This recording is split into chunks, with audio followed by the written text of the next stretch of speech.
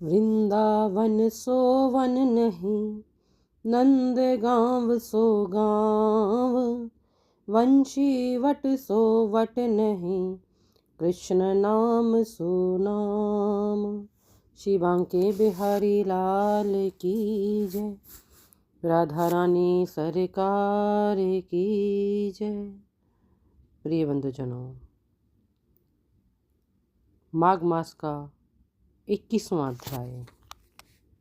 लोमश जी कहने लगे कि पूर्व काल में अवंती देश में वीरसेन नाम का एक राजा रहता था। उसने नर्मदा के किनारे राजसूय यज्ञ किया और अश्वमेघ यज्ञ भी किए जिनके खंभे सोने के बनाए थे। ब्राह्मणों को अन्न का बहुत सा दान किया और बहुत सी गऊ, सुंदर वस्त्र और सोने के आभूषण से युक्त दान दिए। वह देवताओं का भक्त और दान करने वाला था।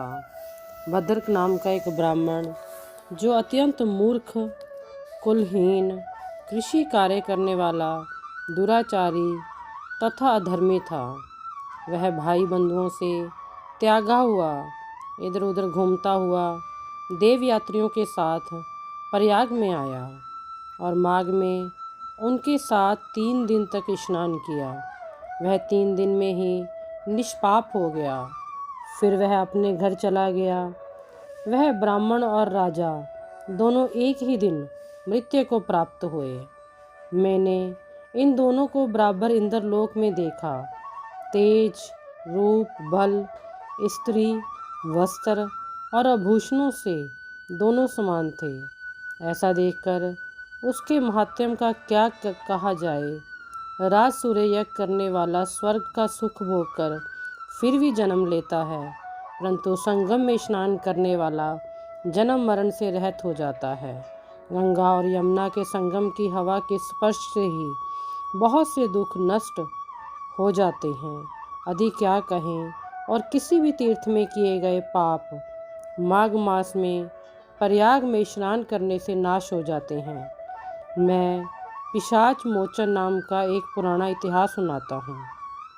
इस इतिहास को यह कन्याएं और तुम्हारा पुत्र भी सुने, उससे उनकी स्मृति प्राप्त होगी।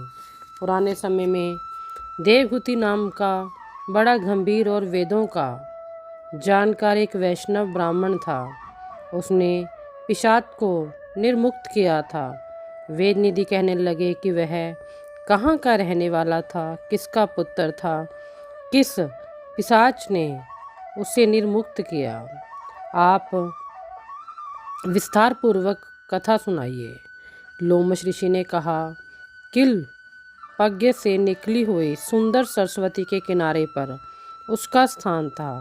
जंगल के बीच में पुण्य जल वाली सरस्वती बहती थी। वन में अनेक प्रकार के पशु भी विचरते थे। उस ब्राह्मण के श्राप के भय से पवन भी बहुत सुंदर चलती थी तथा समय पर वर्षा भी बरसती थी और वन चैत्र रथ के समान था। उस जगह आश्रम में धर्मात्मा देवहूति रहता था। उसके पिता का नाम सुमित्र था और वह लक्ष्मी के वरदान से उत्पन्न हुआ था। वह हमेशा आत्मा को स्थिर रखता, गर्मी में अपने नेत्र सूर्य की तरफ रखता, वर्षा में खुली जगह पर तपस्या करता, हेमंत ऋतु में शाश्वत सरोवर में बैठता और त्रिकाल संध्या करता। जितेंद्र और सत्यवादी भी था। आपसे आप गिरे हुए फल और पत्तियों का भोजन करता था। इसका शरीर सूखकर केवल हड्डियां मात्र रह गई थी। इस प्रकार उसके तप करते हुए वहाँ पर 1000 वर्ष बीत गए। तप के प्रभाव से उसका शरीर अग्नि के समान प्रज्वलित हुआ। विष्णु की प्रसन्नता से ही वह सब कर्म करता। ये ऋषि के वरदान से ही वह श्रेष्ठ वैष्णव हुआ था।